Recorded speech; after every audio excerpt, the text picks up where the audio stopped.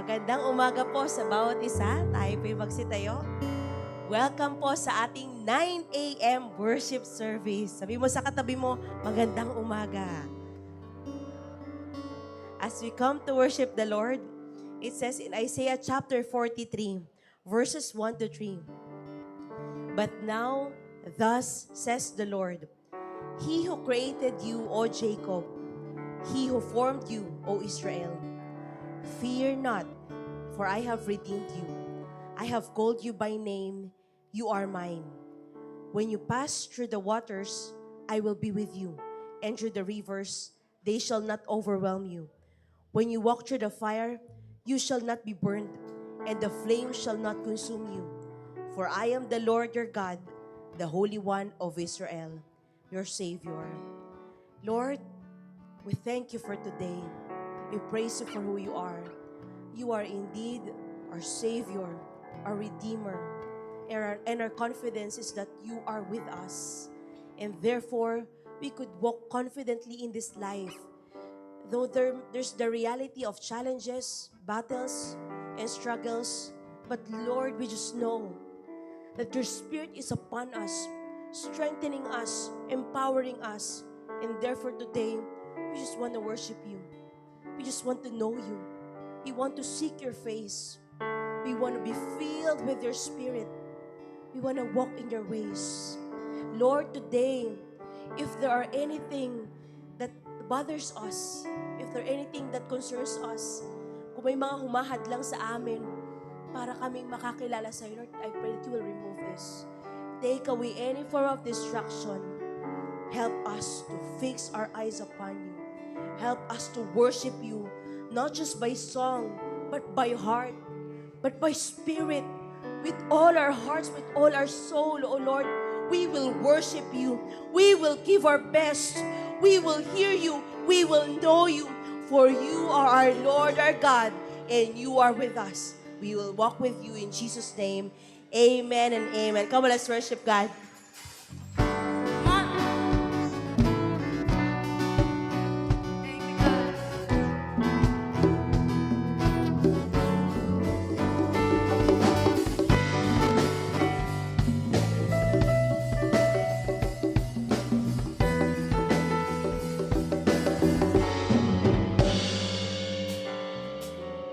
Seems like I'm surrounded. My enemies I see, but your love I hear resounding. This freedom I shall see. No trouble, no trouble can destroy my hope. For your scars have made me whole, turning down all the voices of despair. On your promises I stand. I will not fear when the waters rise. I will not fear though I walk through the fire. For you are with me, yes God. You are with me. You have redeemed my life.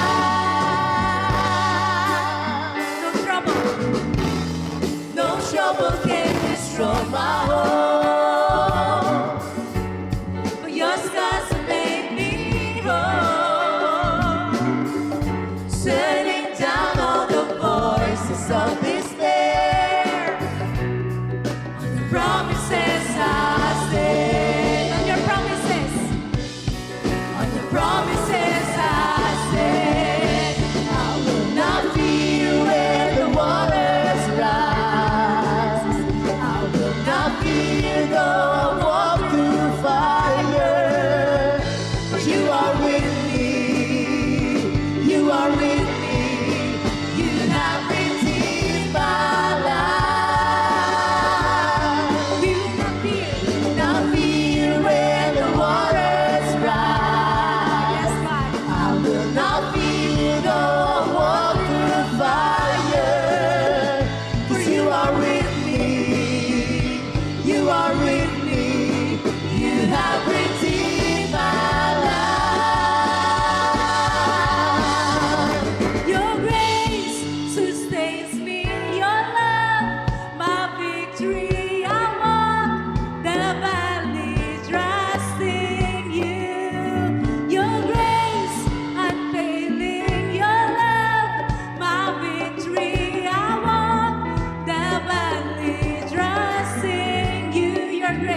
Your grace sustains me. Your love, my victory. I walk the valley, trusting you. Your grace unfailing. Your love, my victory. I walk the valley, trusting you. I trust in you. I will not fear where the waters rise. I will not fear though I walk through fire. For you are with me. You are with me. You have redeemed my life. I will not fear where the waters rise. I will not fear though I walk through fire. For you are with me. You are with me. You have redeemed my life. You have redeemed my life. You have redeemed my life.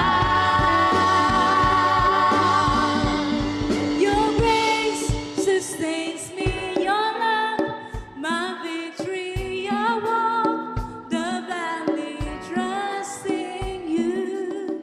Your grace unfailing. Your love, my victory. I walk the valley, trusting.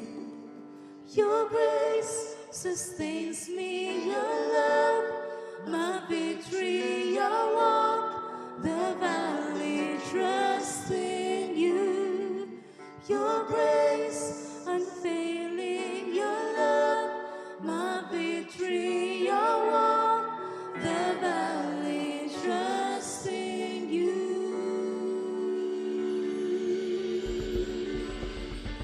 Yes, we know that through this life, God, you are with us. Salamat, Panginoon, sa iyong pangakong Espiritu Santo. Thank you, Lord. Maraming salamat po.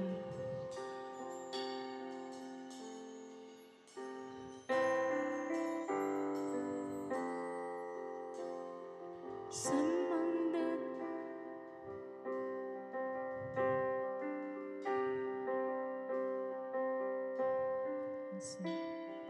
San man dalhin parte ng daigdig, nariyan ka.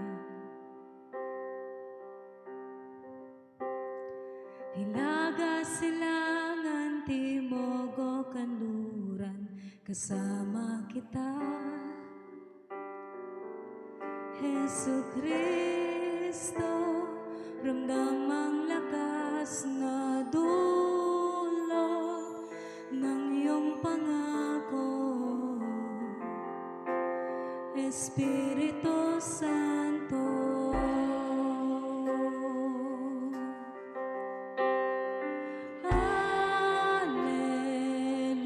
Hallelujah, kadakilang walang kapantay.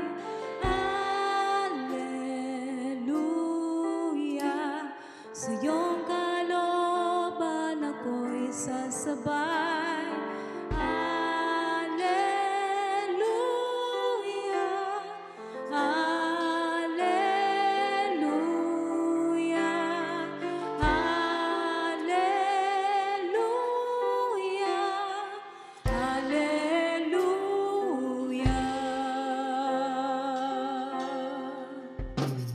Pagsikat ng araw, ligaya'y tanaw, nariyan ka. Yes, God. Gabi may sumapit at di mag-aawit, kasama kita. Jesu Kristo, ramdam ang lakas na dulot ng iyong pangako. Espiritu Santo,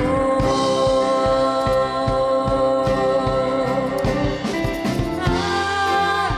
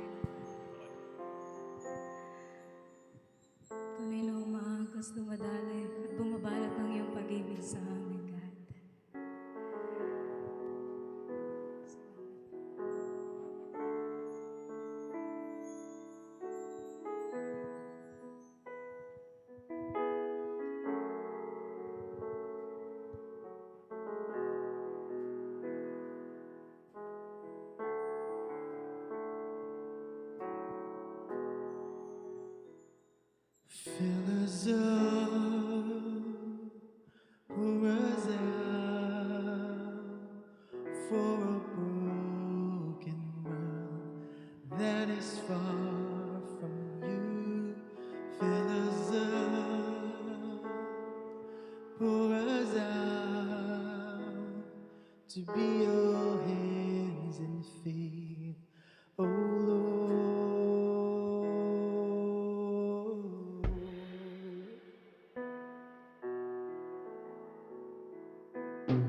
Fill us up, pour us out for a broken world that is far from you.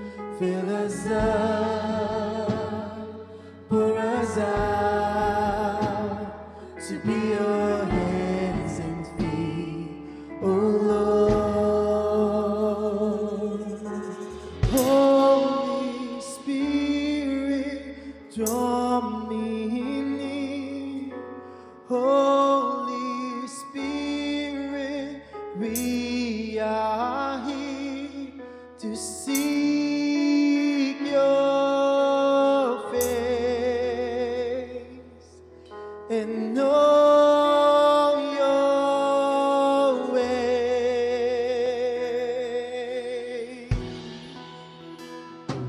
Fill us up, pour us out for a broken world that is far from you.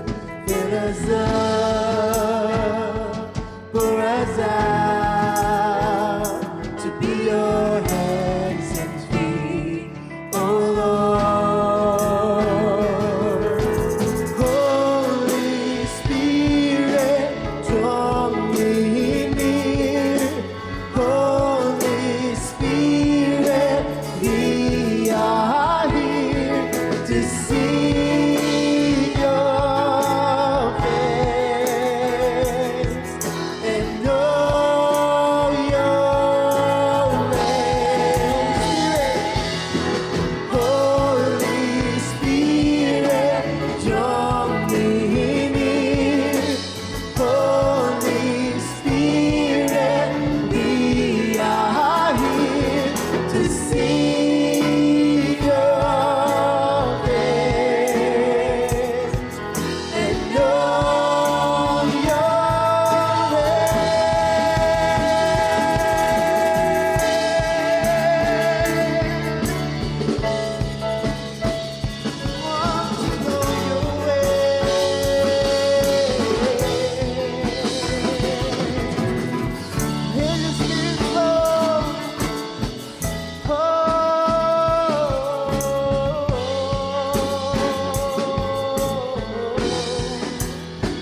With your power, your presence, we will go to the ends of the earth.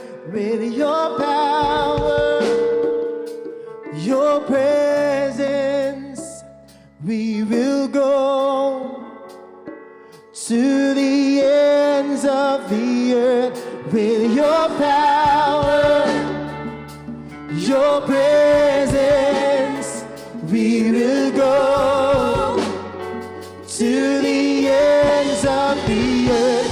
With your power, your presence, they will know you're the light of the world.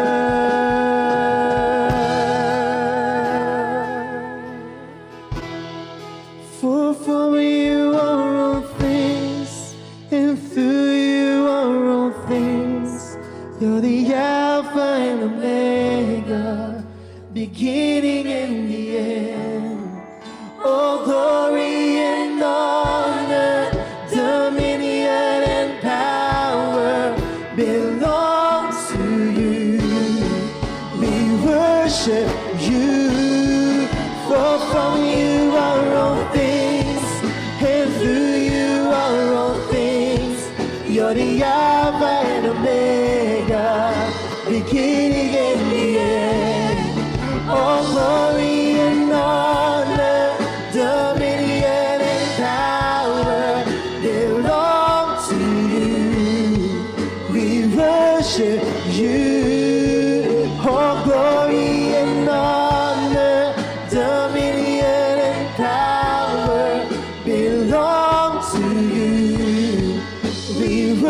worship you. All glory and honor, dominion and power belong to you.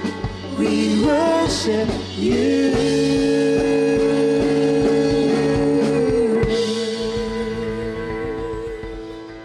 Come on, give praise to God. Lord, we praise you for who you are. You are indeed so good and so faithful.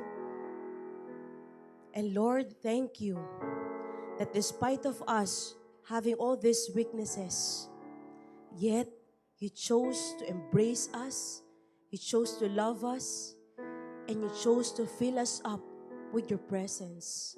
So Lord, here we are. We're so open to receive you. We're so open to be filled by you. We want to be used by you for your glory and honor.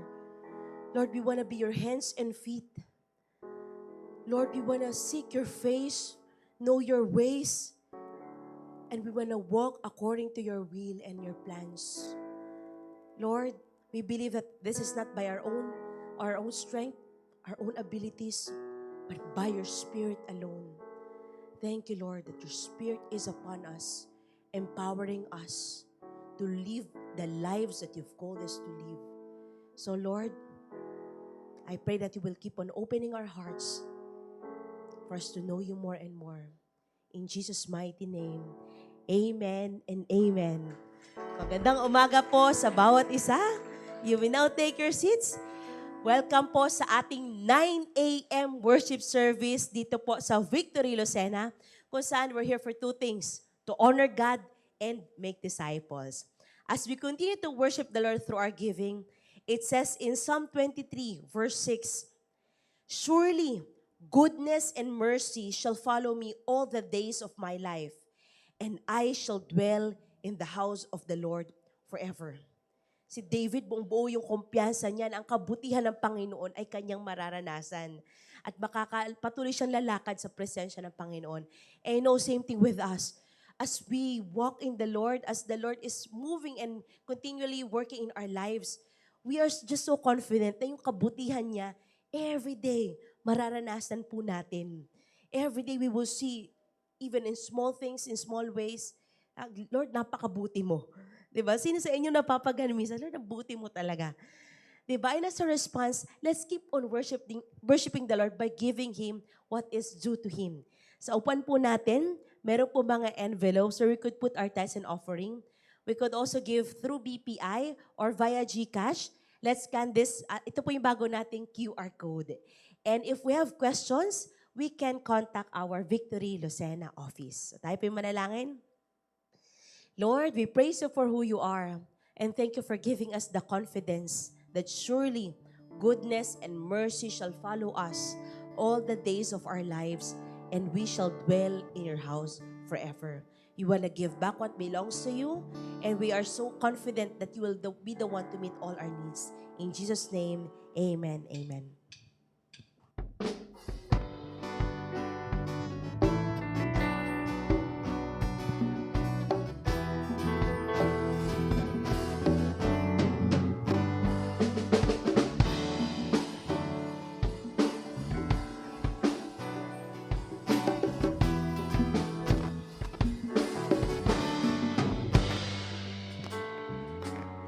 Seems like I'm surrounded. My enemies I see, but your love I hear resounding. This freedom I shall see. No trouble can destroy my hope. Your scars have made me whole, turning down all the voices of despair. On your promises I stand. I will not fear when the waters rise.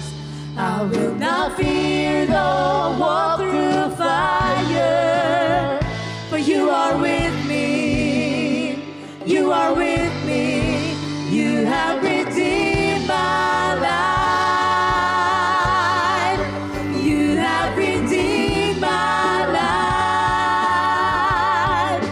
You have redeemed my life.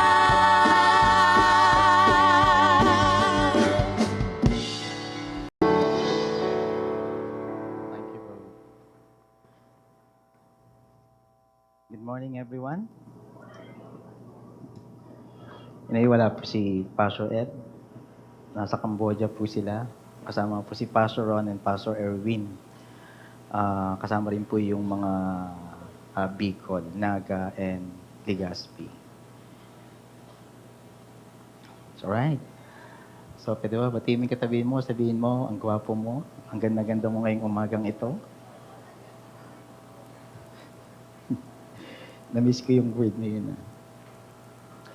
Anyway, ito pong Place of Grace, diniscuss po natin ito nung last March. So, yung third part, yung week 3, so ngayon po natin i-discuss. So, yung pong Walk With Me na week 3, next week po i-discuss. So, pero ano po siya, yung Place of Grace, connected naman, stand-alone naman po siya. So, pwedeng i-connect po natin dun sa last series and also will be connected sa series po natin next week na Walk With Me. Pinakabahan ako. Ba't ako nakakabahan? Anyway.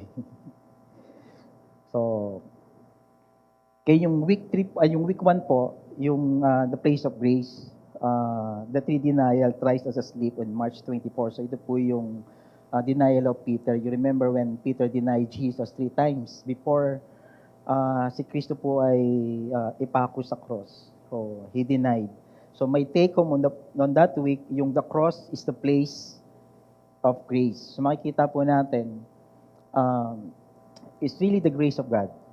Okay, when we realize the importance of the cross. So, the cross cannot be understood without understanding the grace. So, kailangan maintindihan muna natin yung grace. Kasi it's so hard to understand the importance ng cross. Kasi may weight po kasi yung cross. May value po yung cross. Hindi lang siya yung cross, but the person who died on the cross, yun po yung value. Kapag hindi po natin siya naintindihan, without His grace, parang ang hirap. Diba? Kailangan ko ba talagang intindihin yung cross? Kailangan ko ba talagang intindihin yung grace? Kasi kailangan po siya is because mamaya i-discuss po natin yung grace. At the same time, yung week 3 po natin about the Holy Spirit, about the Pentecost. So, tatlo po yung pag-aaral natin. Babasahin lang po natin 3 verse. 1 Peter, verse 1, 10, 11, and 12. Verse 10, we discuss about salvation. And verse 11, we discuss about the suffering. And the last verse of verse 12, discuss po natin yung send. So, ano ba yung kaugnayan ng banal na Espiritu sa buhay natin, sa pananampalataya natin, at bilang isang church.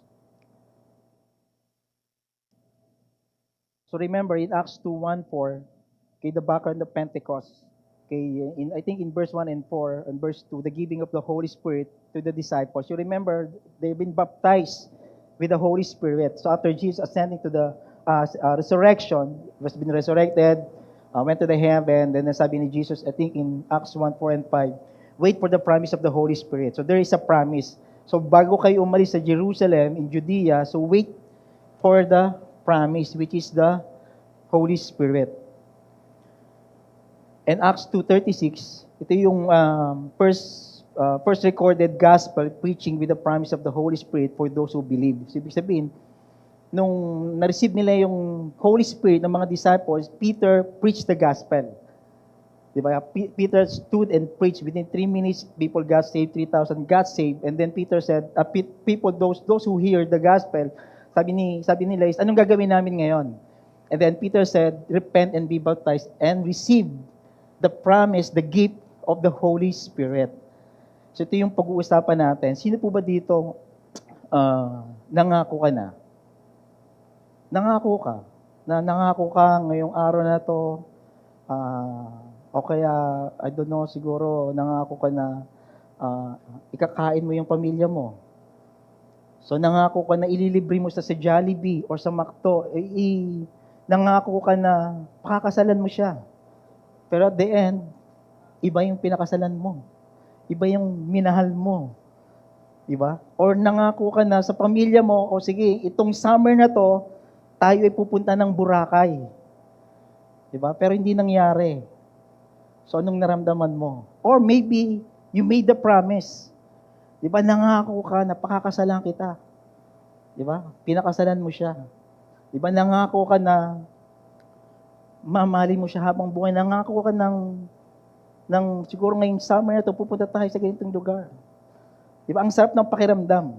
Kasi alam mo na may nangako, tapos nireceive mo yung pangako, at alam mo na tinupad niya yung pangako. So, sino dito nangako ka na tinupad mo yung pangako mo? So, sino naman dito, may nangako, tinupad niya yung pangako, anong naramdaman mo? Di ba masaya ka? Di ba? May pangakong bonus. Ito ngayong darating na mid-year bonus. Di ba? So dito, sino nakakuha na ng bonus, di ba? Pero pag saksak mo sa ATM, wala pa palang bonus. Hindi pa pala. Di ba? Sometimes when we receive promise, or sometimes we don't, maybe hindi natin naramdaman, o hindi natin nakuha yung promise, magkakaiba tayo ng nararamdaman. Right? Maybe malungkot ka, or maybe masaya ka. Okay? Ito po yung sinasabi dito, yung pag-aaralan po natin about the fulfillment of the promise of our Lord Jesus Christ, which is the Holy Spirit. Okay? Kailangan maramdaman na, makuha natin, or magamit natin, or sabihin na natin na we have to receive the gift of the Holy Spirit. So pag may nagbigay sa iyo ng regalo, anong gagawin mo? Bubuksan mo. Diba? Pag binuksan mo, natuwa ka, so gagamitin mo. So I remember nung wedding po namin, meron po kaming tanggap na malaking box. So ang bigat-bigat. So excited kami kasi feeling namin parang mamahalin tong regalo na to. So pagbukas po namin, microwave oven. So ginagamit namin ngayon everyday. Hindi naman pala everyday. Pag nag-iinit kami, pag yung pagkain nasa ref, gamitin namin. So ibig sabihin, we use the gift of the Holy Spirit. The same thing with us. Kami sa maraming tao, na bakit talunan ako? Bakit minsan ang hirap ma-overcome itong mga trials, persecution? So minsan parang gusto mo nang gumibap. It's because we don't have the gift. Andyan yung gift, pero ayaw natin buksan. The Holy Spirit is the Spirit of Christ promised to His disciples, the Spirit of glory resting upon the believers, and the Spirit of prophecy and Scripture. Okay, the Holy Spirit was sent to set us apart, to sanctify us. Okay, pagiging banal to His purpose, which is the mission, and to send us in power. Kaya minsan makikita natin, I've been in 35 walk with God. Okay, 35 following Christ. 35 here in the church. So, may ups and downs, may mga pinagdadaanan, business, medyo na-bankrupt ka. So, yung pamilya mo, medyo pag-ganon. But yet, it's the grace of God.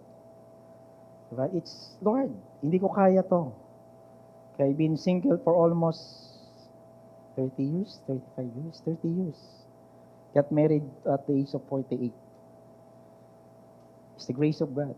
It's the gift of God. Lord, thank you for that gift. I have to use it. So ngayon po, babasahin po natin in 1 Peter 1, 10 and 12. We have read 3 verses lang po. So, pwede po tayong tumayo as we read the Word of God.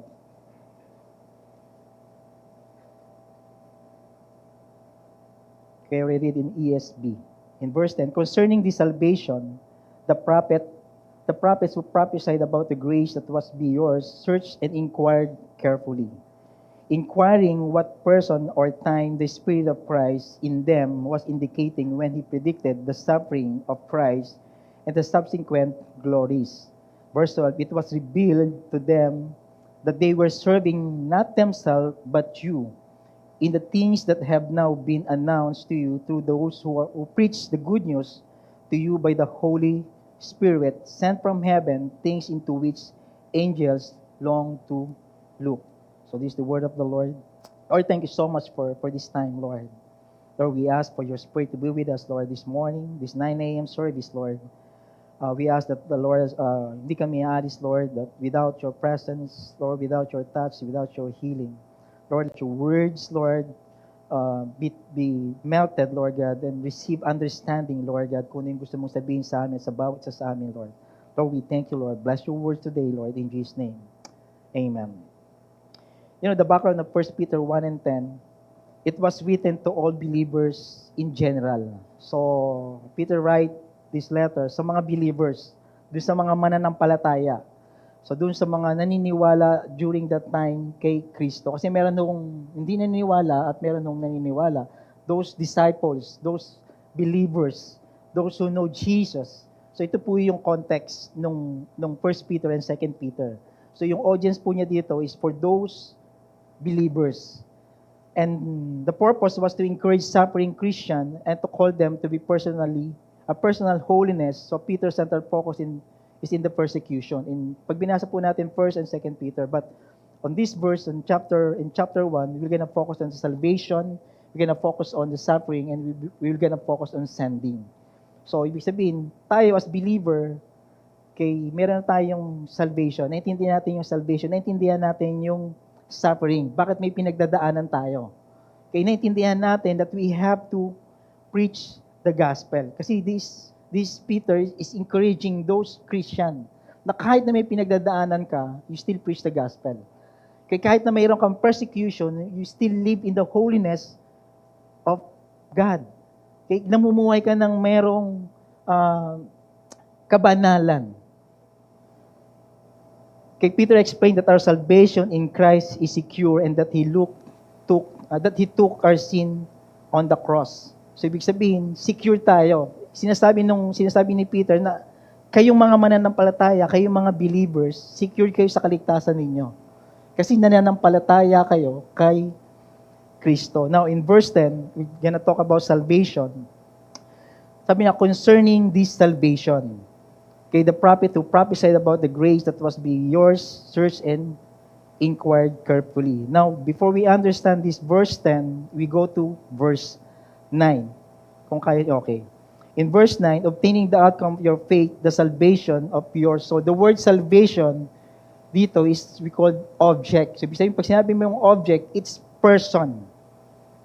Okay? Tao. Pag tinranslate natin, concerning this person, concerning to this person which is our Lord Jesus. In Luke 1:77, in ESV, to give knowledge of salvation to His people in the forgiveness of their sin. So, ibig sabihin, the purpose of Jesus' first coming was to forgive sin, not to condemn. Kasi yun yung purpose niya eh. The reason why He died on the cross, to forgive our sin. Gaano man karami yung kasalanan mo, ano man yung ginawa, I think, Doc Dem preached about 7 times, you sin against me every day. Tatapong kita dyan sa escalator. Kasi 7 times. What if Jesus said, Peter said, how many times should I forgive? 7 times. Jesus said, not 7 times, but 77 times. So it means every time people come in, naghingi ng patawarin mo na ako, nagkamali ako, you have to forgive. Sino dito madaling magpatawad? Now, every time you ask forgiveness, then, sige, okay lang, walang problema. Tapos nagkamali uli. Kanina nagkamali, sige, walang problema. I forgive you. Diba? It's Jesus. Every time we sin against Him, He forgive us. It's a picture that only 77 times is eternal. That every time we come to Him, God forgive us. Yun yung secured natin na every time we come to Him. Kaya nga maraming religion, yun lang magagawin ko to forgive, to ask forgiveness. Di ba kailangan ko muna magpapakaw, o kailangan ko muna pasanin yung cross, o kaya kailangan ko muna gawin ito for me to receive the forgiveness of our Lord Jesus Christ?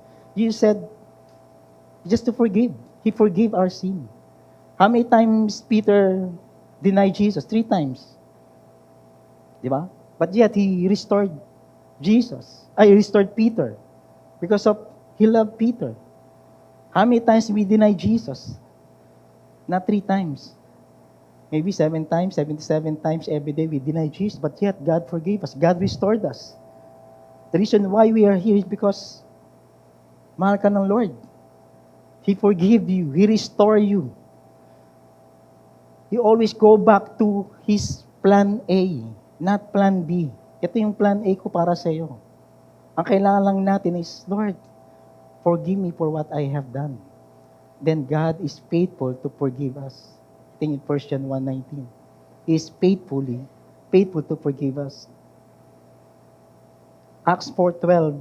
And there is salvation no one else, for there is no other name under heaven given among men by which we must be saved. Jesus is the only way for salvation, not religion, not victory, not any pastors, not anyone. It's only Jesus. It's the only way for the salvation. Romans 1:16. For I am not ashamed of the gospel of Christ, for it is the power of God to salvation for everyone who believes, for the Jew first and also for the Greek. Those who believe. Ikaw naniniwala ka, yun nga yung sinasabi eh. Maniwala ka lang, then you'll be saved. Ganun lang ang gagawin ko, maniwala lang ako, then saved na ako. Why? It's because it is God's power that save us. It's not our power. It's not this church will save you. Not Victory Weekend will save you. Not any program will save you. It's only Christ. It's only Jesus. It's only the power of our Lord Jesus that save us. 1 Thessalonians 2:13 in New King James Version. But we are bound to give thanks to God always for you, brethren, beloved, by the Lord, because from the beginning, choose you for salvation. Ibig sabihin, from the beginning, pinili ka ng Panginoong iligtas.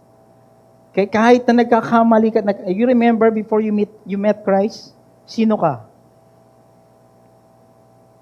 Naalala niyo? Siguro, 5 seconds. Before you met Christ, bago mo ibigay yung buhay mo, sino ka? Then, from the beginning, nagkakamali ka, pinili ka ng Diyos para iligtas niya. Why, while still sinner, Christ died for us. Ibig sabihin, may plano si Lord. Planado na ni Lord yung kaligtasan mo. Ibig sabihin, kung meron kang kapitbahay na may kaaway, na kaaway mo, na ayaw makita, kay planado ni Lord na ililigtas yan. Yung boss mong terror, okay, planado ni Lord, ililigtas yan. May salvation yan. All men be saved.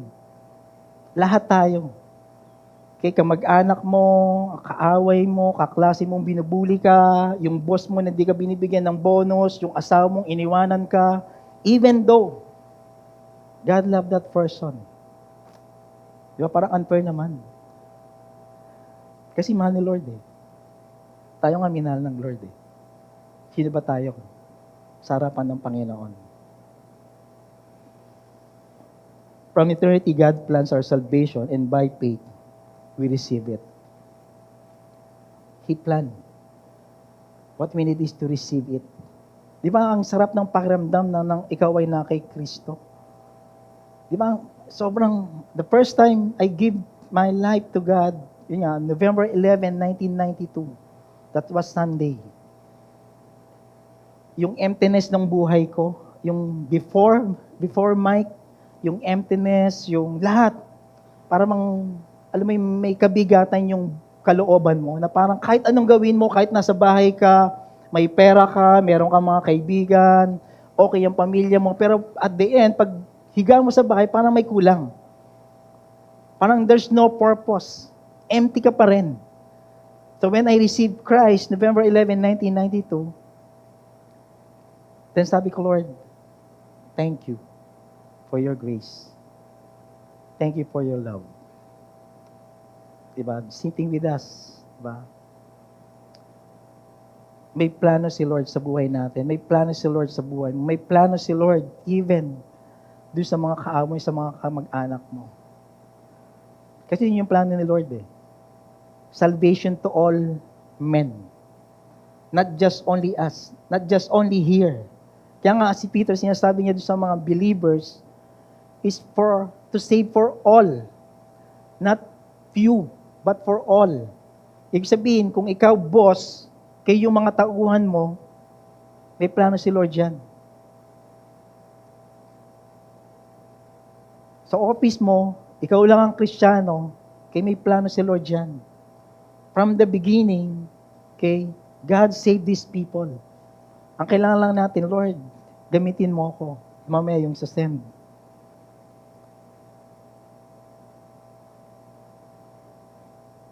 Can take assurance that our salvation was planned and prophesied centuries ago. It is liberating. Sabihin, nakapagpalaya. Alam mo yung planada na pala ni Lord. You remember surprise? Sino dito na-surprise na? Na nung na-surprise ka, salamat, na-surprise ako. I remember nung prenup namin. So, walang nakakaalam, only yung Gerson and the rest of the team. Kasi wala kaming proposal. So, nagagalit siya kasi wala lang ang proposal, wala pang... ngayon kasi, may mga pictorial, may mga prenup. So, hindi ko alam. Kasi ako naman sabi ko, basta ikasal tayo, sold na. Di ba? Kaya lang, yung generation niya, hindi ko maintindihan kasi, ano bang generation ka? Ano? Gen Z ka ba? Millennial ka ba? Gen X ako eh. Hindi ko maintindihan na kailangan pala may pictorial, kailangan pala may proposal. Sino dito nung kinasal kayo walang ganon? Di ba wala naman eh, di ba? Basta kinasal ka, maligaya kayo, then wala, di ba? Wala naman, di ba bro? Wala. Di ba? So nagtatampo siya, medyo ramdam ko. Every time na nakasakay sa kotse, parang di ko alam kung sabi ko, tutuloy pa ba natin yung kasal? O hindi, dahil lang basta walang proposal, So, pero actually, may plano na po ako. Umorder po ako sa FB. Ako naging FB ng sing-sing na proposal, 400 pesos. Sabi ko, basta matuloy lang. Kasi yung sing-sing po na galing Saudi, inaantay ko kasi nga, darating pa 1 week before nung wedding namin. So, bumili po ako sa FB, di niya alam. So, 3 sing-sing, di ba? Meron ng OBJ. Pwede na yon. 499 lang. Jowa na lang ang kulang. Ha? 499. So, meron pong sing-sing doon. So, may pictorial kami, I think. Ang alam niya lang pictorial. So, hindi, kinausap ko na yung photographer, videographer. So, meron proposal. Okay. Proposal. So, kunyari, sabi nung, sige, kunyari, magpipictorial tayo. Tapos, papupusin ko kayo. So, kung magkatalikod, wala yung picture. So, magkatalikod kami, kunyari, andin yung photographer, kaya yung photographer, tapos nandito ako, tapos nandito siya. So, kunyari, magpipicture kami. Tapos, lumuhod ako sa kanya, tapos sinabi ko, will you marry me? So, tuwan-tuwa siya, di ba? So, ibig sabihin, when God give us surprise, grabe, Lord, salamat sa salvation, salamat sa kaligtasan. Tuwang-tuwa ka, all the people in heaven, all the people is, as believers, diba tuwan-tuwa tayo kasi meron tayong na-send na victory weekend. Diba tuwan-tuwa kasi dito, part ka na ng victory weekend, o natapos ka na ng victory weekend. Diba yung, I think, first, a walk with me, diba? Pinakita dito ni Pastor Ed. Diba, 1-to-1 and then victory weekend. So yung surprise, Lord, grabe, sino ba ako? Sino ba ako na willing ka to die on the cross? Sino ba ako na makasalanang tao, na sinasaktan ka, but yet, you forgive me, you love me. Yet, you died on the cross. That's the attribute of God. The love of God. For all men.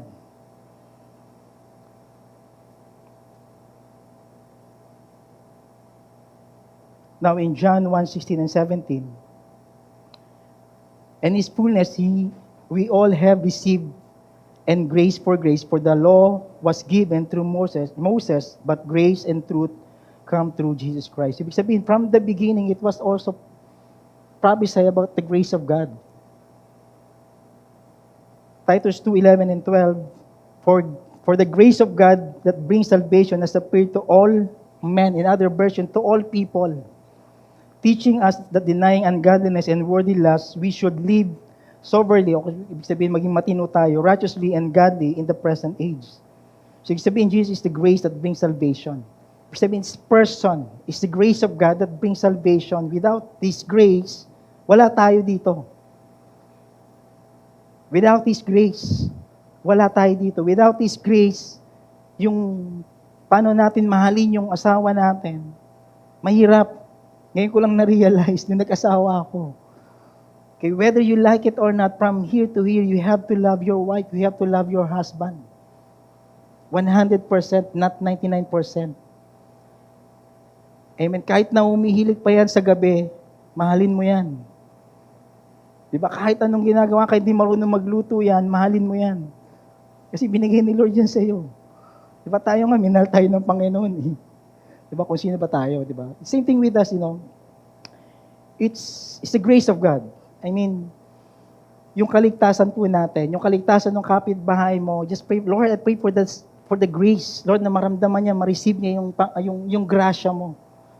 Lord, na magkaroon siya ng encounter with you. Gamitin mo ako.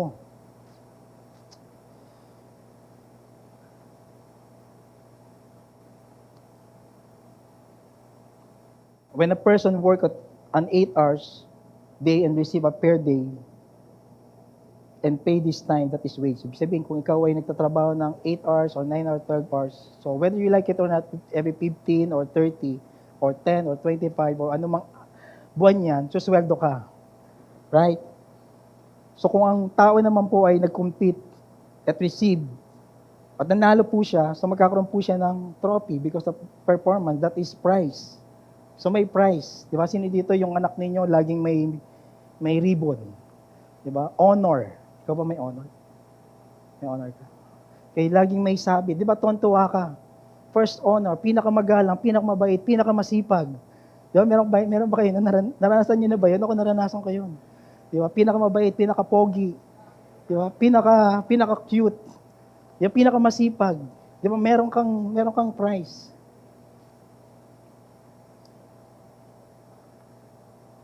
When a person receives appropriate recognition for his long service of high achievement, that is an award.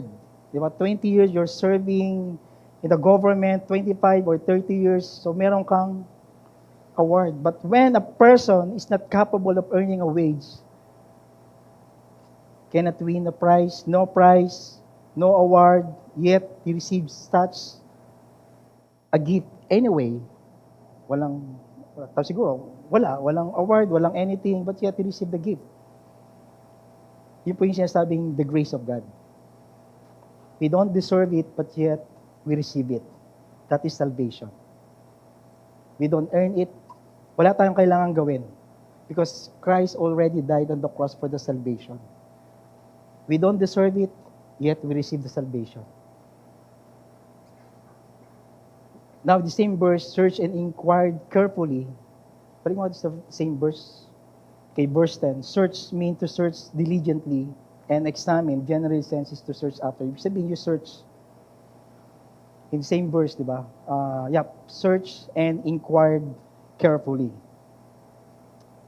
So, in the New Testament, it carries the idea of investigate either legally or more generally. So, ibig sabihin, search carefully. So, kahapon ba yun? Kahapon. Nawawala po yung driver's license ko. So, na-realize ko lang kahapon na nawawala pala yung driver's license ko. So, we went to, kasi nung Thursday, nagpunta po kami sa Lukban. So, lagi po kasi ako may dalang bag. So, kaya lang nag-drive ako ng Innova. So, kinuha ko lang yung lisensya. Siniwan ko yung bag sa kotse. Then, we go to Lukban. So, ang dala ko lang is yung maliit na driver's license. So, Thursday, Friday, kahapon, naalala ko, parang wala akong lisensya. So, hinahanap ko. So, tinawagan ko si Gerson, pa-check naman nung sasakyan ninyo, baka naandyan, sa ilalim. So, punta ako sa bahay namin. Inisip ko kung nasaan. Nasaan yung lisensya? Nasaan yung Tinignan ko sa bulsa na sinuot ko. So, hindi ko makita. So, meron na ba kayong ganon? Nung hinahanap mo pero hindi mo makita? Na hanggang ngayon, single ka pa rin kasi hindi mo pa rin nakikita. BJ. Si BJ nagaganon pa eh. Diba? BJ. So, ibig sabihin, Hinanap namin, punta kami sa bahay kagabi, inikot na namin, pati sa CR, baka naman nasa CR, o nahulog, or whatever. Si Jerson, inistorbo na namin, lahat. Okay, sa bahay, kila Kuya Ed, sa kwarto, hinanap na namin, sa lahat ng bag, everything. Sabi ko, magpipis pa man din ako, naiisip ko, so kuha natin yung driver's license, kasi hindi ako makapag-drive, andun yung ATM namin. So yung savings namin na 100 pesos, na natitira na lamang, so napaka-importante, joke lang. So ibig sabihin, nandun lahat ng ATM, yung mga mahalagang mga card. So nandun, so kagabi so nagawa kasi ako ng preaching. Sabi ko, hindi ako makapag-focus. Sabi ko, Lord, nasan ba yung, kasi isip ko na, ang conclusion ko, nahulog sa lukban, o kaya nadukot. Dukot kasi nandun lang siya eh. So, kagabi, so tulog na si Jaja, tapos wala na. Sabi ko, I was preaching, working with this word. So, hindi pa rin po, alam niyo yung pagka may nawala, hindi ka mapakali. Para bang, hindi buo yung araw mo kasi kailangan makita mo yun kasi importante yon. So, punta po ako sa CR. So, yung pong lagay ng sabon namin, so, tinignan ko, ay, nandito yung aking lisensya. Inisip ko, bakit kaya nandun sa lagay ng sabon, yung lisensya? Siguro nung inisip namin, nung sinabi ko sa kanya kaninang maga, oy, nakikita ko na yung yung aking driver's license. Ang sabi niya, ay, honey, so proud of you. Ganun. Proud of you lang yung ganun. Oh, proud of you, embrace kanya. Oh, I'm proud of you. I'm happy for you. Oh, nakita mo na. Or sabi ko, huwag mo nga akong Bakit yun yung nangyari? Ibig sabihin, when we search something and when we found it, di ba, ang saya-saya natin. Di ba, hindi lang tayo. Pag shinare natin, yung kasama natin, grabe, I'm proud of you. Now you search it. Now you found it. Di ba, when you found someone, the love of your life, di ba, sino ito masaya ka? Masaya ka. Kasi, sa wakas, Rachel, di ba? Kailan ba kasal mo? July? I-announce ko ba? July? Ay, hindi na daw. So, si Rachel nga po pala, happily engaged. Congrats. So, ibig sabihin, when we read the Word of God, we search, tama ba yung sinasabi ni Pastor Mike? Tama ba yung sinasabi ni Pastor Ed? Okay, pag nanood ka ng YouTube, di ba? Marami ngayon sa YouTube eh. Marami sa FB. Tama ba yung sinasabi? You have to search kung tama ba yung word na sinasabi nito. Search it. Baka mali. Di ba yung sinasabi ko, yung word na nilalagay namin dyan, okay? That's why you bring your Bible.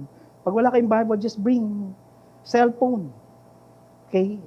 Check ninyo, baka mamaya pinopost namin dito, mali na pala. Error na pala. Kung hindi lang yung Sunday after Sunday, nakikinig lang kayo, tapos nakikita nyo yung word dito, kasi meron na. Pero samantalang dati noon, nabuta may madali. Wala, you bring your Bible. Bring it. First Bible I have, yung malaki. Tapos mayroon pang pangalan. Genesis, Leviticus, kasi hindi ko memoryado. So, laki-laki every Sunday, dala-dala ko yun. Proud of it, kahit na malaki yun. Sino dito, nakapagdala na ng Bible na gano'n, pagkalaki-laki. Diba kasi yun lang yung Bible namin sa bahay. But I bring it. I search, I read it. The first, I think after I got saved, I read the Bible from Matthew to Revelation for just the whole day. Binasa ko talaga the whole day. Tama ba yung sinasabi ni Pastor? Baka mali. Totoo ba yung may Bible? Totoo ba to? Totoo ba yung promise ni Lord? That's why you read the Word of God. You search diligently. Okay? Hindi lang tayo yung pang Sunday after Sunday, pero pag Monday to Saturday, you don't read the Word of God. You read the Word of God.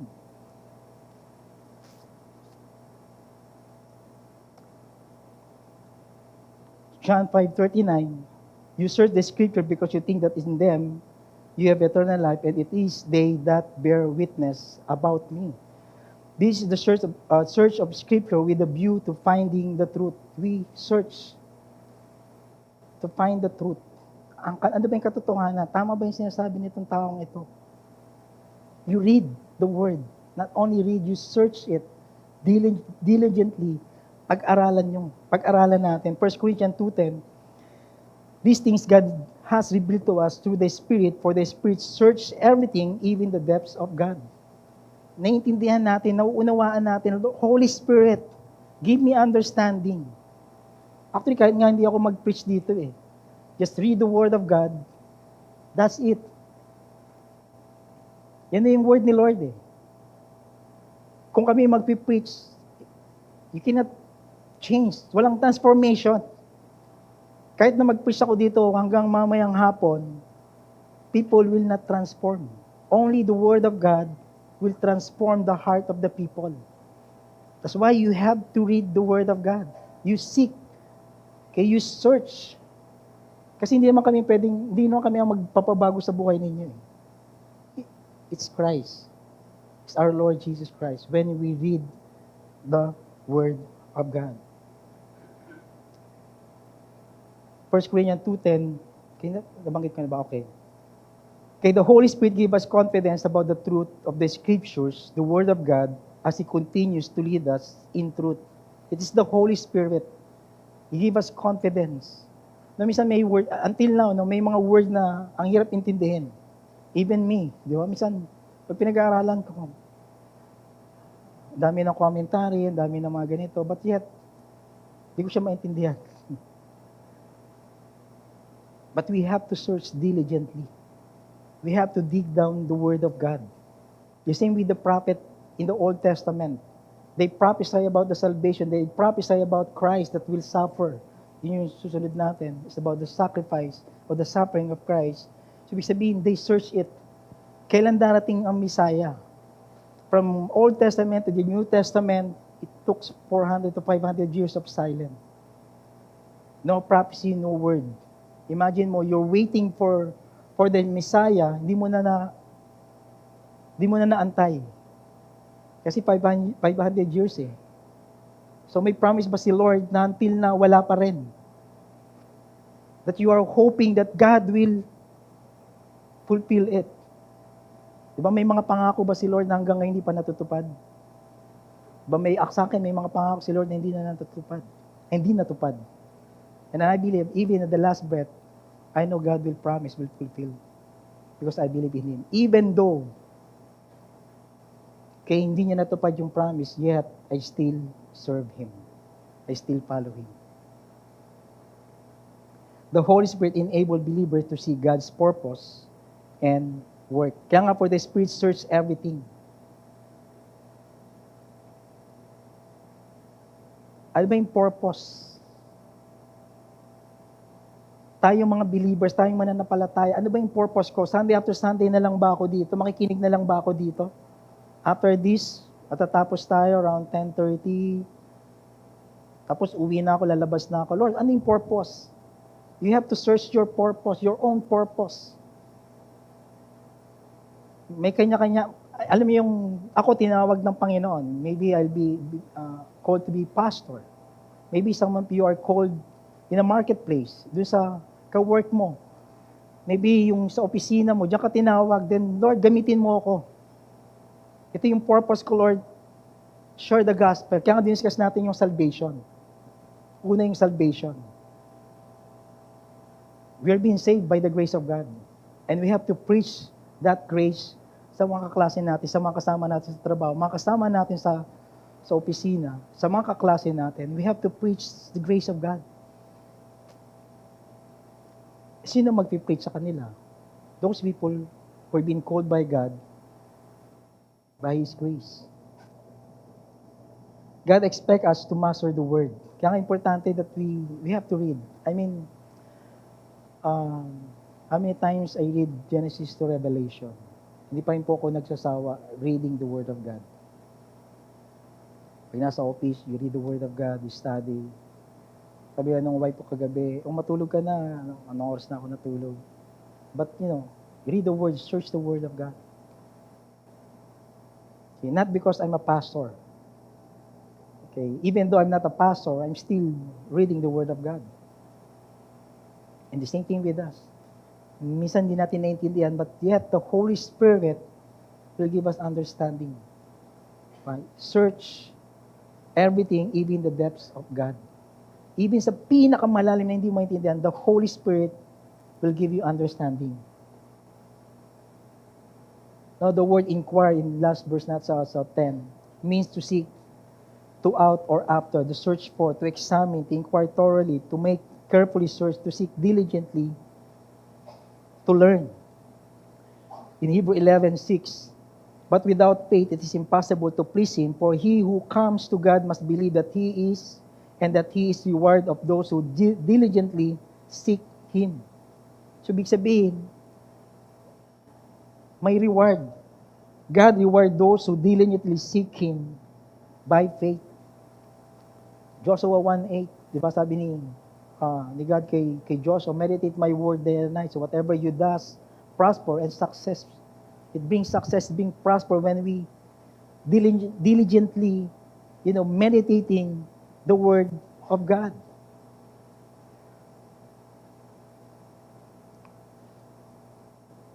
No, the prophet dug into the word of God like someone who digged for gold to understand salvation. Ibig sabihin, they need to understand, ano ba yung salvation? In the Old Testament, kailan ba darating si Christ? Paano ba ililigtas nitong Kristong ito ang buong sangkatauhan? So they have to search, they have to, paano ba? Anong mangyayari? Anong gagawin? Tayo lang kasi ngayon, in our generation, is naintindihan na natin yung Old and the New Testament. The whole Bible without the Old Testament is not the whole Bible. Okay, even though you read the New Testament, it's without the Old Testament, hindi rin. Old and New Testament. Ibig sabihin, pareho sila. So, there is a question in the Old Testament that God answered in the New Testament. And in the New Testament, it's confirmed in the Old Testament.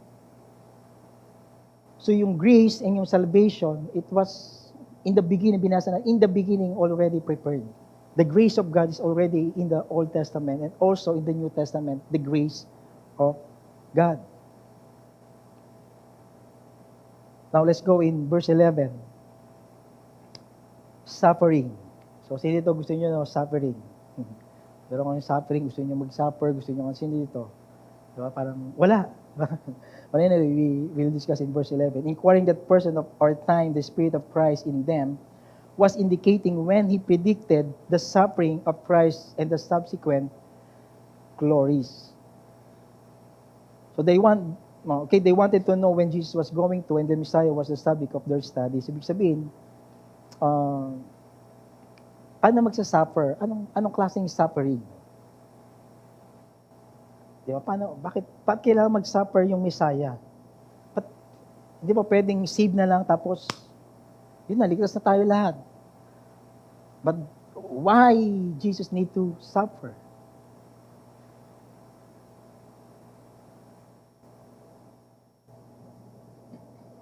In Philippians 1:19, the Spirit of Christ, doon sa sa verse 11. For I know that through your prayer and the help of the Spirit of Jesus Christ, this will turn out for my deliverance. So the Spirit of Christ. Now Romans 8:9, you however are not in the flesh but in the Spirit, if in fact the Spirit of God dwells in you, anyone who does not have the Spirit of Christ does not belong to Him. Kasi there's two functions of the Holy Spirit. One is personal and the other one is functional. So when you say functional, the central function of the Holy Spirit is to glorify the Lord Jesus Christ. Yun yung pinakang sentro nung function ng the Holy Spirit. In John 16:14, He will glorify me for He will take what is mine and declare it to you. So, ibig sabihin, Jesus was saying to His disciples, He will glorify me. It is the Holy Spirit that will glorify Jesus. The question is, are we glorifying Jesus?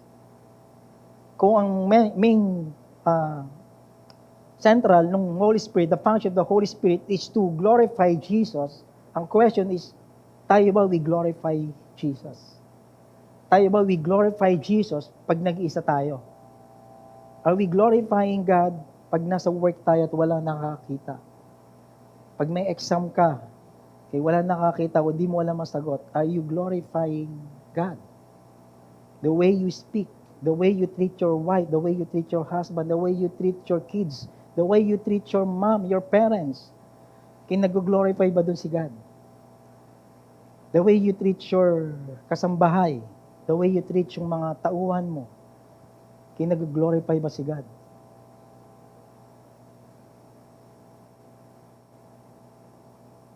Note the word who, okay, dun sa verse natin, the Holy Spirit is a person.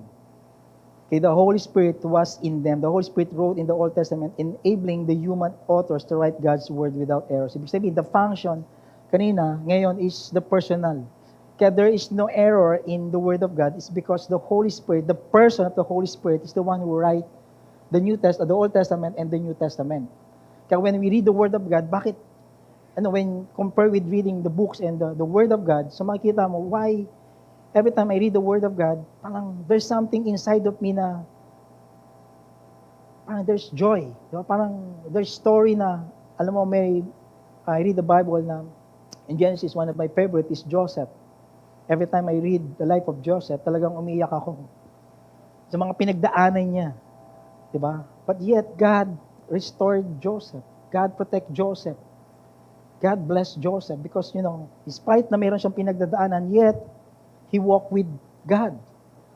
Diba? May temptation. Yet, he walked with God. Yung conviction niya na, hindi. Diba? Ano yung conviction natin? When we walk with God, when we walk the Holy Spirit, kahit anong temptation, kahit anong trials natin, okay, we will overcome. Amen. Kahit anong pinagdadaanan yung mag-asawa, kahit anong pinagdadaanan yung pamilya, financially, maybe health, maybe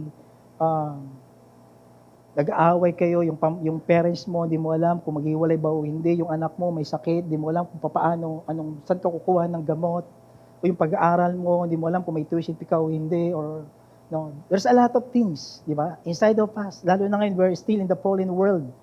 So maraming mga pagsubok na tadaanan natin. God promised the gospel, the prophet of the Old Testament scripture long before the gospel was presented in the person of Christ. Ibig sabihin, from the beginning until now, okay, yun yung promise, yung pangako ng Panginoon. Nandun na si Christ. From Genesis 1, andun na si Christ. Romans 1, 2 and 3, which He promised beforehand to His prophet in the Holy Scriptures concerning His Son, who was descended from David according to the flesh.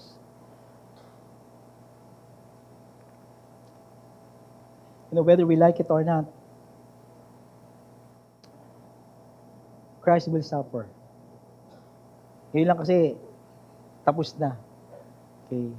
But in reality, pag pinicture natin yung suffering of our Lord Jesus Christ, kung nandun tayo, so hindi natin maatim na, bakit?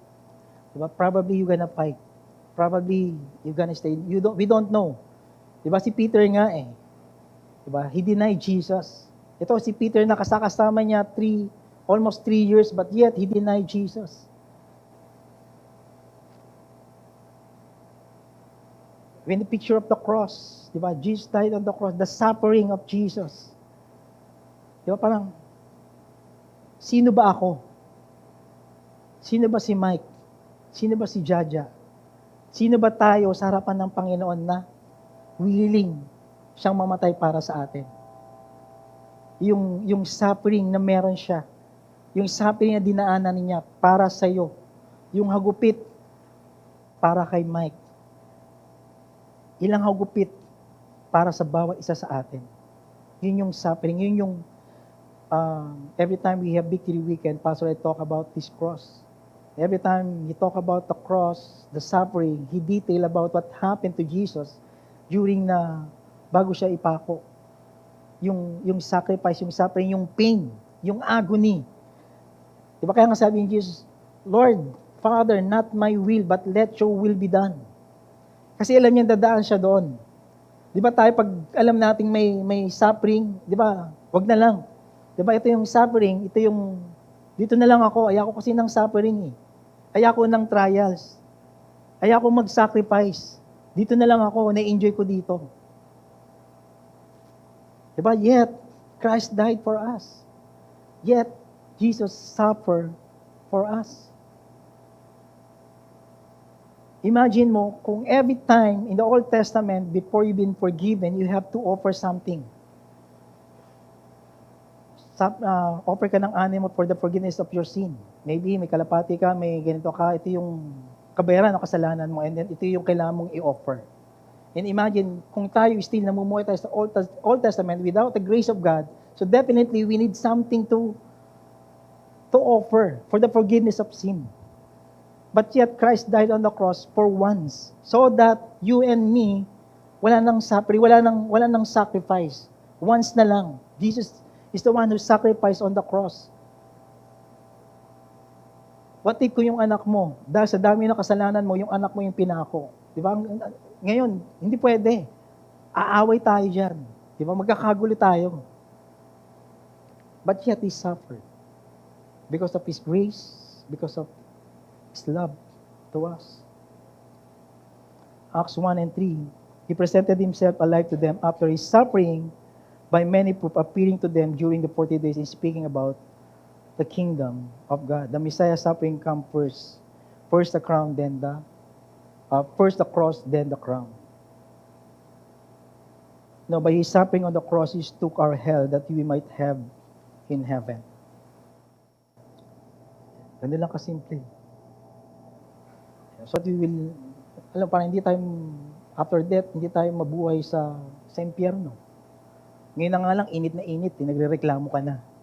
Wala ka nang aircon sa bahay, di ba? Pag wala kang aircon sa bahay, di ba, ang init, grabe naman. Ang hirap matulog, walang aircon. Yung electric fan, yung ihip ng hangin, parang ganun lang din. Di ba? Parang mas mabuti pang matulog ka sa labas. Pero ikaw, nagre-reklamo na, ganun kainit. Di ba? Paano pa kaya kung nasa impyerno ka? Walang aircon sa impyerno. Walang 2.5 horsepower doon, kahit 3, kahit tanner pang ilagay mo doon, mainit doon. Di ba nagre-reklamo tayo kasi mainit ngayon? So sa impyerno, di na tayo makapagreklamo. Kaya sabi mo sa kakatabi mo, magkita tayo sa langit. Luke 24, 25, 27.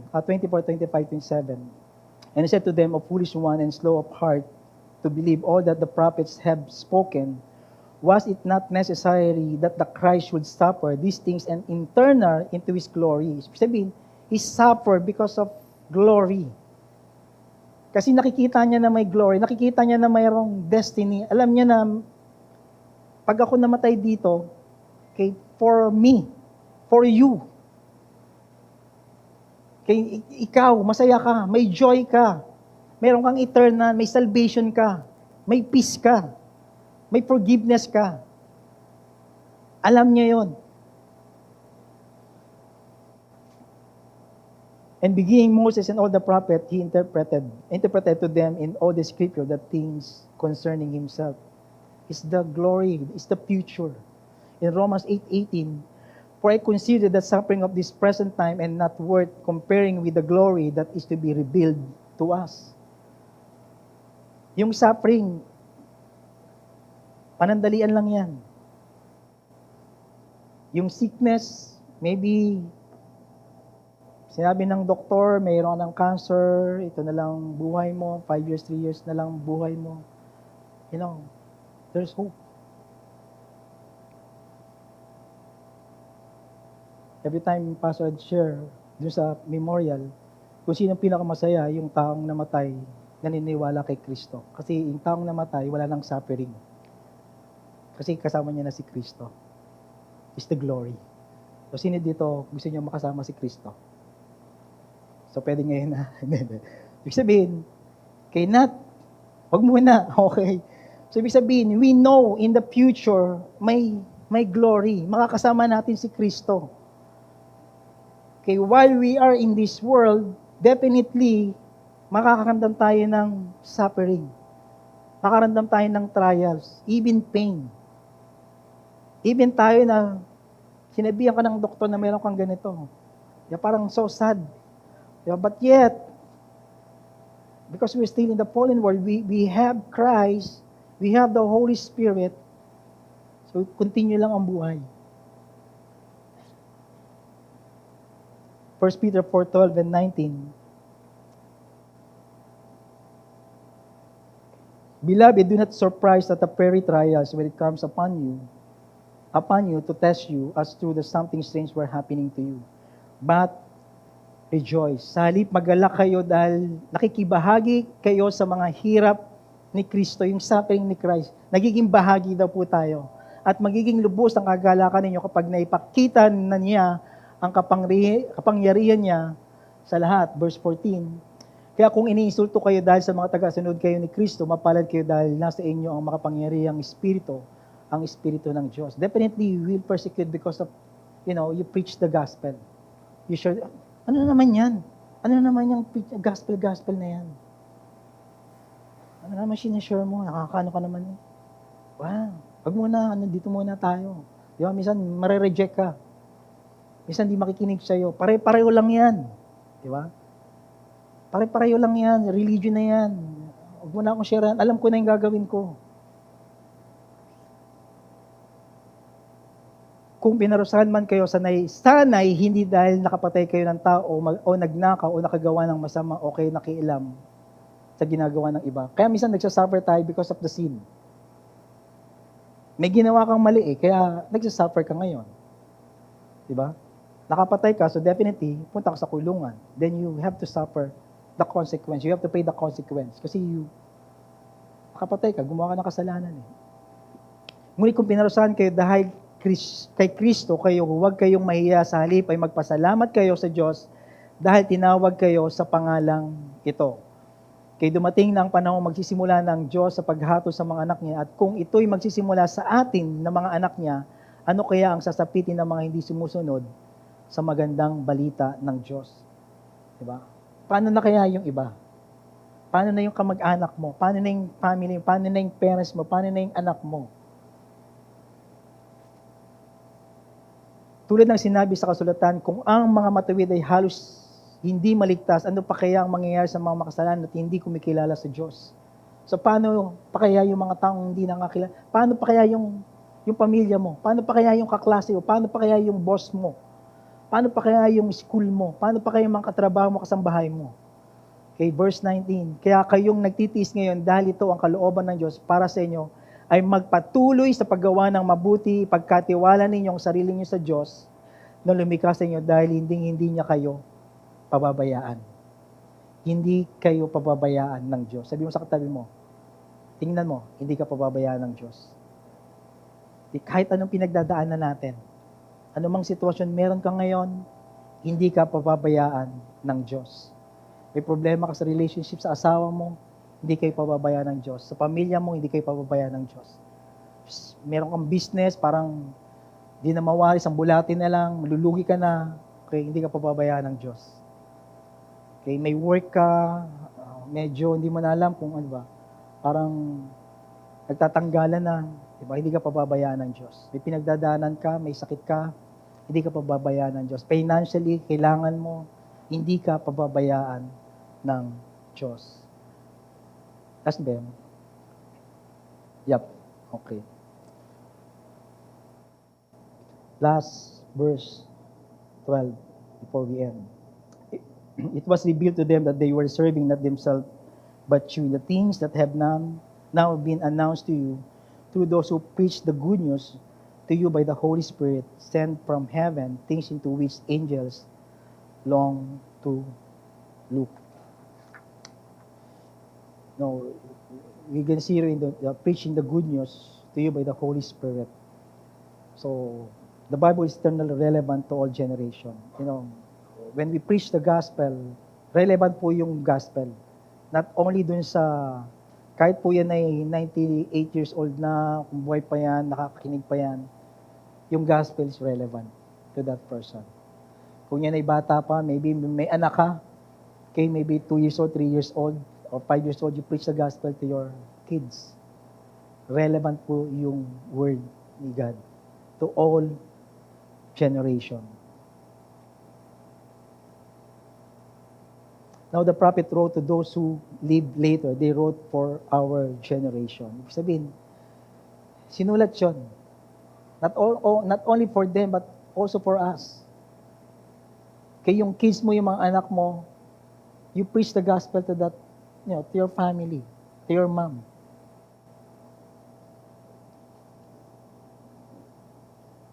To all generation, time will come. Hindi naman po habang buhay nandito ako. Una-una lang yan. Okay, maybe next year, 2 years, I don't know. Pastor Ferdy died at the age of 58. Okay, walang makapag-ano na, bakit siya? No. Time na. Well done, my faithful servant.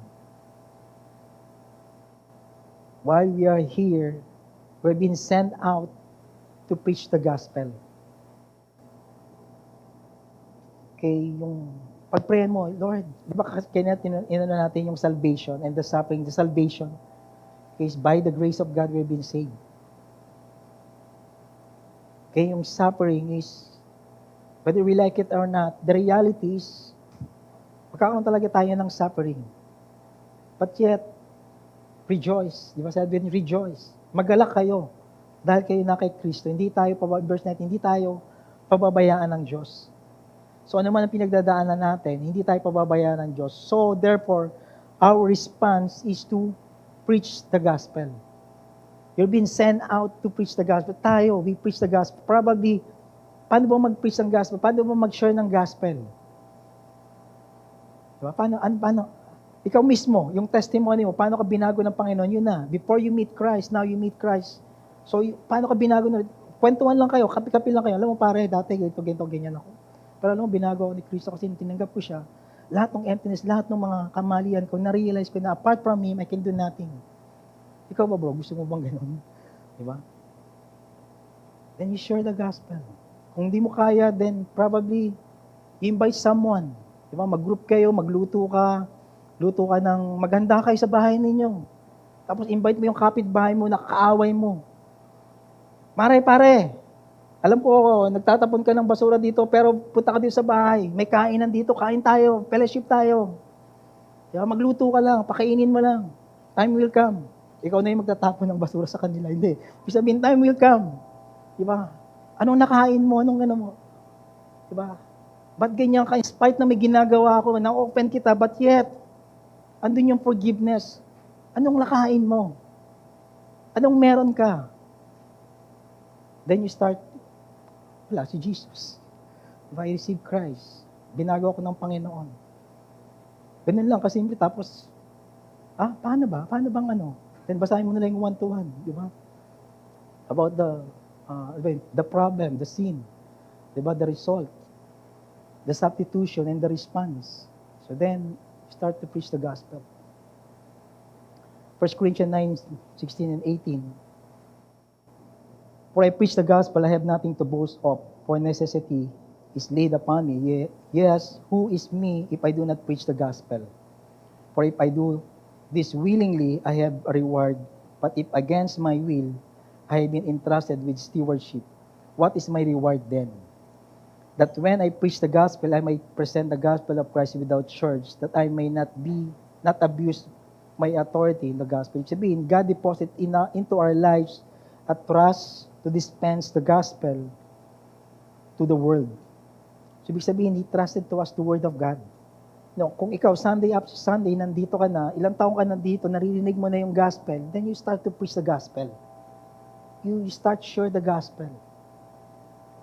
Marami pa tayong empty share. Maybe yung empty dyan, maybe yung asawa mo, katabi mo. Diba? Maybe yung empty na yan, para sa anak mo yan, para sa boss mo yung empty chair na yan.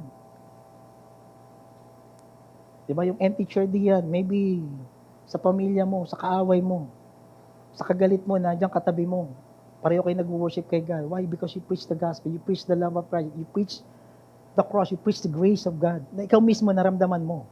Di ba? It's so hard to share the gospel unless na ikaw mismo naramdaman mo. Ikaw mismo nakita mo yung pagbabago sa buhay mo. Pero kung hindi mo nakita yung pagbabago sa buhay mo, Kaya umating ka ng church, yet, di nakikita yung pagbabago mo, walang testimonies. Di ba ang hirap mag-share? But yet, you have to preach. Kasi the Word of God is the one who transformed that person. Kahit ano man ang nakaraan mo, kahit ano man ang pinagdaanan mo, kaya yet you have to preach the gospel because the gospel is the one who brings transformation in the lives of people. Not you, not us, not me. It's the gospel that we preach.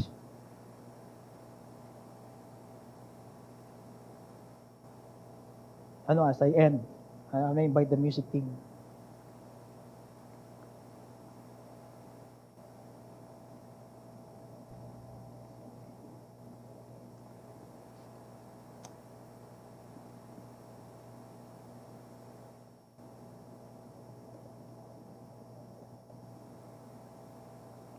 John 15:26. But when the Helper comes, whom I will send to you from the Father, the Spirit of truth, who proceed from the Father, He will bear witness about me. You know, I think when Pastor Paulo shared to us in our staff meeting, testimony of, how we share the gospel, how we do the one-to-one. Meron po siyang dalawang illustration. The other one, meron pong nire-reach out niya. It took about 2 years, maybe. 2 years. Hinahabol-habol niya. Okay, labas tayo, labas dito, share the gospel. No, walang response. So basta, gusto lang siguro magkape. Gusto lang siguro mag-fellowship. 2 years. Until such time, I think this year, nag-victory weekend na. He received Christ. So, may times po na when we do one-to-one, sometimes, ang tagal. Tagal ng response. Why? It's because hindi naman tayo nag-transform. We are just only the carrier of the gospel. Ang kailangan lang natin is to become faithful on sharing the gospel to that person. Kung may winawan-tawan ka, o may sinasira ka ng gospel, huwag mong iwanan. Kasi hindi tayo iniwanan ng Diyos. Hindi tayo iniwanan ni Kristo. So therefore, huwag natin iwanan yung mga taong pinagkatiwala sa atin ng Panginoon. Continue to preach the gospel. Continue to share the gospel. Continue to do one-to-one. Kahit na nire-reject ka, kahit na nilalayuan ka, na kahit nagte-text ka, kaya hindi ka nire-replyan. Sin lang, pero walang reply. Kaya you just continue to preach the gospel. Meron naman pong tao na pagka-preach mo ng gospel, surrender na kagad kay Lord. Diba? Parang sabihin, hinug na. Okay? Kailangan lang is someone who preach the gospel to that person. Diba? Maybe yung kasamahan mo, sa work mo, sa family mo, ito na yung time, ito na yung oras. Kaya lang, wala nag-share ng gospel sa kanya. May mga pinagdadaanan sa buhay, may mga suffering, may mga trials, yet, alam mong nandun ka lang. Alam mo na merong siyang pinagdadaanan, pero wala kang sinishare, wala tayong ginagawa. It's time for us to preach the gospel. We're being sent out to preach the gospel. The gospel is entrusted to us. Na-experience natin yung kaligtasan, na-experience natin yung grace, na-experience natin yung love ni Lord. So therefore, we have to share the gospel to them. We have to share the grace. We have to share the love of God. Kung ano yung ginawa sa atin ng Panginoon, yun yung pwede nating i-share. Anybody ever want to stand up, please? Sven.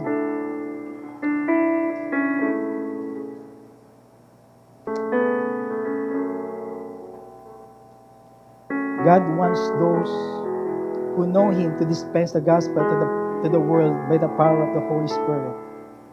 It means the Holy Spirit empower us to witness. He empowered us to witness. In John 14:25 and 26, 14:25, 26, but when the Helper comes, whom I will send to you from the Father, the Spirit of truth, to proceed from me, the Father, He will bear witness about me. And 26, yep. No. Siyan. John 14, 25, 26. These things I have spoken to you while I'm still with you. Okay, but the help of the Holy Spirit whom the Father will send. Okay, verse 27. Peace I leave with you, my peace I give to you. Not as the world gives, do I give to you. Let your heart be, let not your heart be troubled, neither let them be afraid. As I end, hindi ko alam kung ano pinagdadaanan nyo. Maybe your family, I don't know. Only God. Lord lang yung nakakalam. But yet, sabi dito is, God give us peace. May trouble, yes, God give us peace. In response to God's gift to us, is to share the gospel to those people who never heard the word of God. We have privilege because we hear the word of God. What if those people who are not here, na may mga pinagdadaanan, kagaya ng pinagdadaanan natin, yet they don't have peace. Kaya makita natin, bakit may ganitong nangyayari sa kapitbahay natin, sa mga kakilala natin. It's because no word. How these people can listen unless someone preach to them. And we are here, okay, to preach the gospel to these people. Amen? Kahit anong, no guys, kahit anong pagdaanan natin, whether we like it or not, dadaan talaga tayo sa trouble. Ang promise lang ni Lord is God give us peace. Okay, mapapagtagumpayan natin anuman ang pinagdadaanan mo. I believe God will heal you. Okay, pagagaling ka ng Panginoon. Even though, but yet you preach the gospel. Even the last breath of your life, you preach the gospel. You preach it. You preach it. Because why? Christ died for us so that we will be able to receive His grace and His mercy. Amen. Can we lift our hands to God? Lord, here we are, Lord. Lord, mayroon kaming mga pinagdadaanan. Lord, we ask the Holy Spirit, Lord, to heal us. Lord, we ask the Holy Spirit to give us peace. Lord, even we are in trouble, Lord. But yet, Lord, the presence, your presence is here. Your Holy Spirit is here, Lord. Lord, we ask for your healing, Lord. We ask for your forgiveness. Lord, we ask, Lord, that you will not condemn us, Lord God. But yet, you love us so much, Lord. Lord, right now, Lord, fill us up, Lord. Pour us out, Lord God, your Spirit to us, Lord.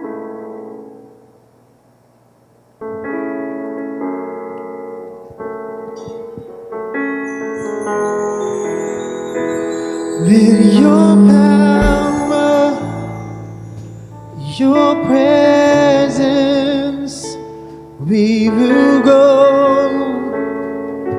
to the ends of the earth. With your power, your presence, we will go to the ends of the earth. With your power, your presence, we will go to the ends of the earth.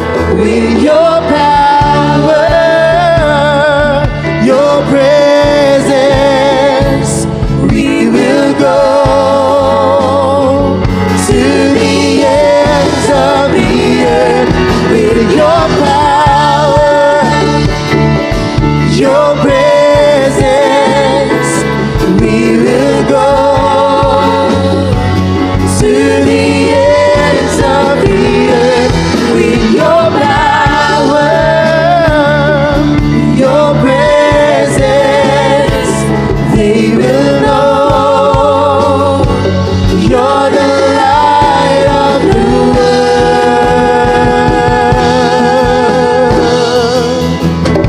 Holy Spirit, draw me near. Holy Spirit, we are here to see